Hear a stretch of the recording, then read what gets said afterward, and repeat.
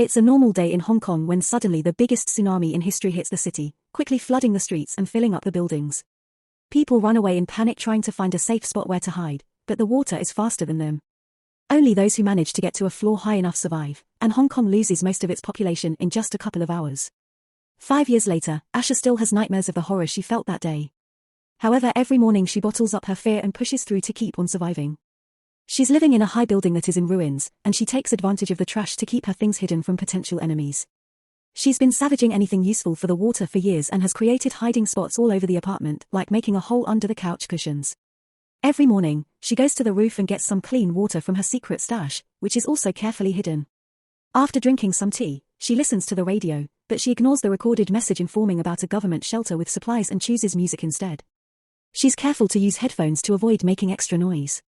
Next, she uses a towel to gather the morning dew, which she adds to her stash of water bottles. She also measures all the bottles to keep track of how much clean water she has left, and she can't help worrying because it hasn't rained in a while. Once her chores are done, she eats instant noodles while remembering the beautiful restaurants with delicious food she used to visit with her friends. Afterward, Asha uses binoculars to watch over the area. Only the top of the buildings can be seen sticking out of the water, and occasionally those buildings would start crumbling down. She also makes sure that the few surviving neighbors are still in their apartments.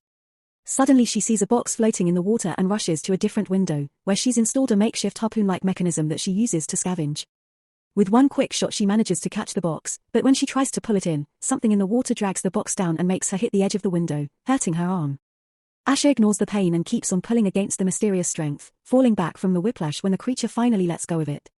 Then Asha brings the box inside, and the animal has its revenge by sending a wave against her. The box mostly has trash in it, but she also finds a bottle of alcohol. On her way back to the roof, Asha stares at the door at the end of the corridor before moving again, clearly upset. On the roof, she uses the alcohol to clean her wound before wrapping it up and drinking the pain down. In the evening, she hears screaming and looks outside to discover 2 boats of violent scavengers have come by and are attacking the neighbors. There's also a man on the other roof looking at her building, so Asha hides for a few seconds before looking again. It seems the boats are coming to her place, so she rushes downstairs, hides all her daily things, covers her mattress, and even throws some dirt on the hallway to make it look live-in. Then she hides behind a fake wall in a closet, making sure to keep silent as the scavengers get into the room and begin looking around for food, even checking the closet. Thankfully they don't find anything, but Asha gets startled when she hears a shot. A boy just shot his gun because he thought something moving, but it was a mistake. After the group is gone, Asha cries in relief and tries to calm herself down with a nice memory. Before the tragedy happened, Asha had gained a half-sister and she took her out for a meal to start bonding. The next day, she finds another box and among all the junk inside, she's excited to find a jar of honey. However, her happy moment is ruined when she sees a body floating in the water. Sometime later, while Asha is busy, someone sneaks inside and starts taking things from Asha's secret spots. Asha thinks she hears something but can't see anything, so she ignores it for now. When she gets ready for bed, she hears another noise and goes to investigate with her flashlight, but once again there's nothing. Next she washes her face and leaves the soap out on purpose to finally catch the intruder, who turns out to be a little girl. Asha grabs the shoulder to confront her, but the child kicks her and runs away. She takes a few more things including Asha's makeshift lamp and goes down the corridor, but before she can open the mysterious door, she hears Asha coming and leaves again. That night, Asha dreams of the time she went shopping for clothes for her sister's birthday, and how she told her best friend that she was eager to leave her parents' house. When she wakes up, she notices part of her food stash is missing, so Asha begins following the empty wrappers on the floor and finds the girl sleeping with the lantern. She doesn't have the heart to wake her up, so she goes to do some cooking instead. When the girl finally awakens, she goes around looking for more hidden compartments. Inside a fake outlet, she finds an envelope with pictures of Asha and her sister, only to be caught red-handed. The child runs away and Asha hurries to put the pictures back in their place, not noticing she accidentally dropped one. Afterwards she makes a second portion of noodles and brings it to the child while remembering the night of her sister's birthday dinner. Their parents gifted her the family's necklace, which made Asha angry because as the first child, she was supposed to get it. An argument ensued and Asha ended up leaving. Back to the present, it's shown that Asha is wearing that necklace now. The girl ignores the food offer, so Asha leaves it next to her and leaves. The child eats it all and moments later, she notices Asha left a mattress for her too. She doesn't use it, but the next morning, she gives Asha back all the things she stole. For lunch, Asha makes 2 portions of noodles again and leaves one for the girl to then go eat on the roof. However, the child soon joins her and copies everything she does, causing them to laugh and bond. It makes Asha remember the happiness of her old life again.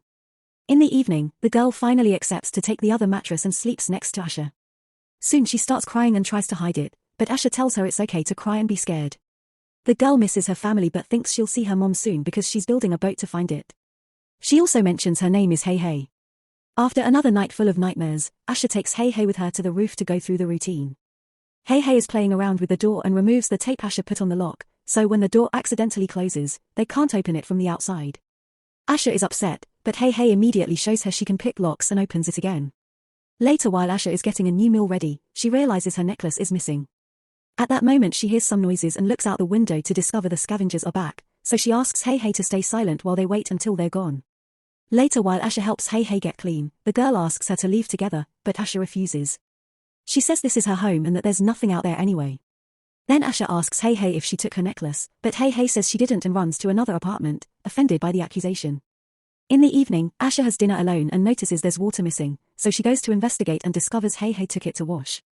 This triggers another memory of her hearing news of a typhoon coming to neighboring countries, and how she fought with her mother, who wanted her to get married and be a good wife. That night the nightmares get worse and Asha keeps seeing all the bodies in the water.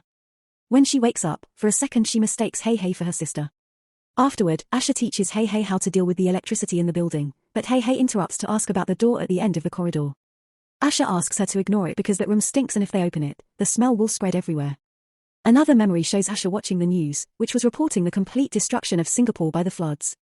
Her mother turned off the TV and told her about the next family meeting, but Asha couldn't go. Another argument ensued and Asha told her family they made her feel like a prisoner before leaving the apartment. Back to the present, Hey Hey is using the radio and hears the message about the shelter, so she rushes to Asha to ask to go there. Asha refuses, explaining it's dangerous to go out. An argument ensues, so Hey Hey calls Asha angry and bitter and leaves the room. Following her into the other room, Asha discovers Hey Hey is building a raft with trash. She's also got a flare gun. Asha immediately takes it from her and makes a confession. Some time ago, she tried to leave, and the situation out there was so horrible that she had to come back. After they reconcile, Asha remembers how her sister followed her out of the apartment after the fight with her parents, asking her not to go. Asha explained it was time for her to move out, but she promised they would still hang out. The next morning it's finally raining, so Asha and Hey Hey rush to the roof to gather lots of water and put it away properly. While they're working, Hey Hey notices that Asha's necklace had simply fallen. Then Asha discovers the photo that got left behind and she's overwhelmed with memories, so Hey Hey comforts her and reminds her they have each other. When Asha goes to bed, she's surprised to find something under her pillow. It's her necklace, which fell because the clasp is broken. Feeling bad about how she treated Hey Hey, the next morning Asha begins working non-stop until she manages to build a raft. Hey Hey gets super excited, and Asha remembers the night of the argument again. Her sister was trying to tell her she left the necklace in Asha's jacket when suddenly people in the street started to run in panic because there was a huge tsunami behind them that hit the streets in seconds. Back in the present, Asha decides to gift Hey Hey her necklace. Sometime later, the duo gathers supplies to get the raft ready to leave. Hey Hey is listening to the radio and the headphones accidentally disconnect, causing the music to loudly echo in the room. Asha rushes to turn it off but soon they hear the voices of the scavengers outside. Panicking, the duo rushes to hide all their personal objects as fast as possible, then Asha pushes Hey Hey into the hole behind the fake closet wall. There isn't enough room for both of them there, so Asha will be hiding in the stinky room. Soon the scavengers enter through the window, but Asha hides just in time in the stinky room, where she finds her old family pictures because this is her old apartment. The scavengers start a much more violent search this time, destroying anything they could find including the raft. A guy comes to the stinky room and gags at the putrid smell, but he keeps moving and removes some old sheets only to find the bodies of Asha's parents, causing him to puke. At the same time Asha throws out too while remembering the night of the tragedy. The wave was taking down everything in its path, killing dozens of people per second. Everyone started to push each other for a chance to survive, so Asha dragged her sister into a building to take the stairs, but soon the crowd was following them. Back in the present, the scavengers are taking all the food and staring at Asha's pictures. The boy finds the closet and notices something weird, so the other scavengers help him move the fake wall and they capture Hey Hey. Asha hears all this from her hiding spot in the stinky room and once again has a flashback. When they were going up the stairs, the sister tripped and fell behind, so she was trampled by the crowd. Asha was panicking and kept on running, not noticing her sister was missing until she made it to the roof. Suddenly Asha hears a scared Hey Hey tell the group where she is and the scavengers quickly find her, knocking her out. When she wakes up, Asha is tied up and the foreign scavenger tries to take advantage of her, but at that moment the leader calls him over. Moments later, Hey Hey and all the supplies are taken to the scavenger's boat. Asha is soon dragged out too and looking at Hey Hey reminds her of her sister, making her realize she can't make the same mistake again. She pulls at the rope, but the guy pulls back and makes her fall into the water. Luckily there's a broken CD nearby, so Asha uses it to attack the man, which causes him to angrily try to drown her. After some struggle, Asha finally reaches the flare gun in her pocket and shoots the guy, killing him. The other scavengers hear all the noise and come back into the building, but they don't see Asha. As the group splits to search, a big guy hears Asha cry and comes after her, but this is part of her trap. She makes him fall with some rope, then uses a guitar to beat him to death. Next, she takes his knife and runs into another room to turn on the radio. Soon a scavenger follows the noise and Asha jumps on him from behind, stabbing him with the knife. It's not enough and the guy starts fighting Asha, throwing her on a mattress to try to choke her. Thankfully she manages to reach the knife and starts stabbing him repeatedly until he's dead. Then the female scavenger also hears a noise and finds a can with fire inside. Asha surprises her by throwing oil on her and pushing her into another room, where she sets her on fire before blocking the door to let her burn slowly. The leader hears her screaming and moves in that direction, but when he takes the stairs, Asha jumps on him to stab him. Another fight ensues during which the leader hits Asha a couple of times before trying to choke her. Asha continues to struggle and reaches up to grab the light tube, causing darkness to take over as she beats the guy to death with it. When she turns on her flashlight, the boy shows up and opens fire, so Asha immediately runs to the roof.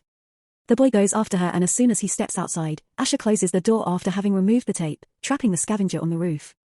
The boy starts begging for help with an innocent voice and Asha considers taking pity on him, but soon he starts shooting at the door so Asha leaves. There's only one scavenger left on the boat, watching over Hey Hey. Asha goes to the window and uses her harpoon-like device, but she misses the shot and it falls in the water. When the guy moves to check on the noise, Hey Hey uses the chance to push him off the boat, but the man grabs her and makes her fall too. A desperate Asha jumps into the water to save her while the man resurfaces nearby, only to be eaten by the sea creature. After a few seconds of silence, the duo resurfaces too, all safe and sound. They swim to the boat and finally get going, knowing that all the supplies the scavengers stole will keep them going until they find the shelter. That night, Asha finally sleeps without nightmares.